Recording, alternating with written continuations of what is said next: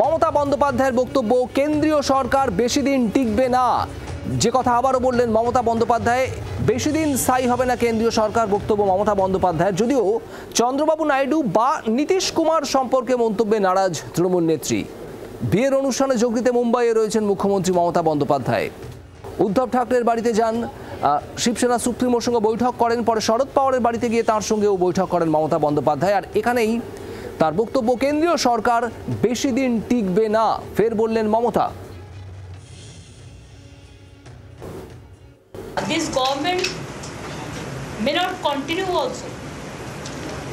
It is not stable government, unstable government. कैसे stable है? आप समझाओ मेरे को। क्या नीतीश जी से या चंद्रबाबू नायडू से? नहीं, प्लीज मेहरबानी करके हम किसी को खिलाफ में कुछ नहीं कहने चाहती। फेवर में भी नहीं, खिलाफ में भी नहीं। সুতপা সেন আমাদের প্রতিনিধি রয়েছেন আমাদের সঙ্গে। সুতপা, মমতা বন্দ্যোপাধ্যায় ইতিমধ্যে ইন্ডিয়া জোটের দুই গুরুত্বপূর্ণ শরিক শরদ পাওয়ার এবং উদ্ধব ঠাকরের সঙ্গে বৈঠক করেছেন, আর তারই মাঝে তার বক্তব্য, কেন্দ্রীয় সরকার বেশি দিন টিকবে না। ঠিক কি বক্তব্য তৃণমূল সুপ্রিমোর?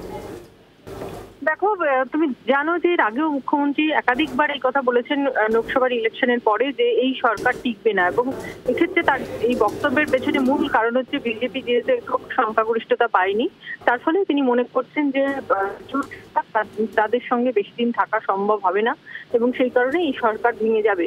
আমরা জানি যে মুকেশ আম্বানির পুত্র বিবাহ উপলক্ষে তিনি গিয়েছেন, সেখানে তিনি আমন্ত্রিত, কিন্তু তার যাওয়ার আগেই কিন্তু এই খবর ছিল যে সেখানে বিভিন্ন ইন্ডিয়া জোটের নেতৃত্বের সাথে তিনি আলোচনা করবেন। আজকেও সেই আলোচনা বৈঠক তার হয়েছে এবং একই সঙ্গে মুখ্যমন্ত্রী আজকে আরো একবার পরিষ্কার করে দিলেন যে এই সরকার টিকবে না খুব বেশি দিন।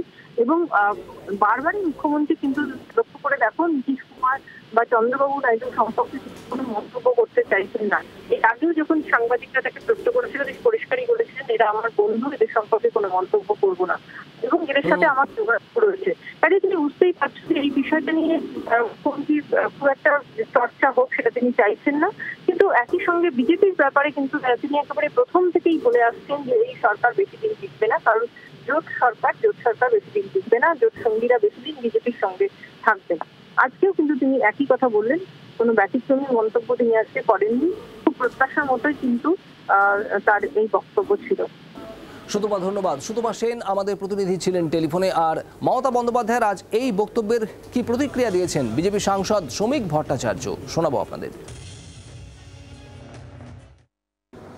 আগে ওরা দলটা কবে কোলাপস হয় সেই খবর রাখুন, কারা যোগাযোগ বাড়াচ্ছে বেশি করে সেই রাখুন, তারপরে উনি এই সরকারের কথা চিন্তা করবেন।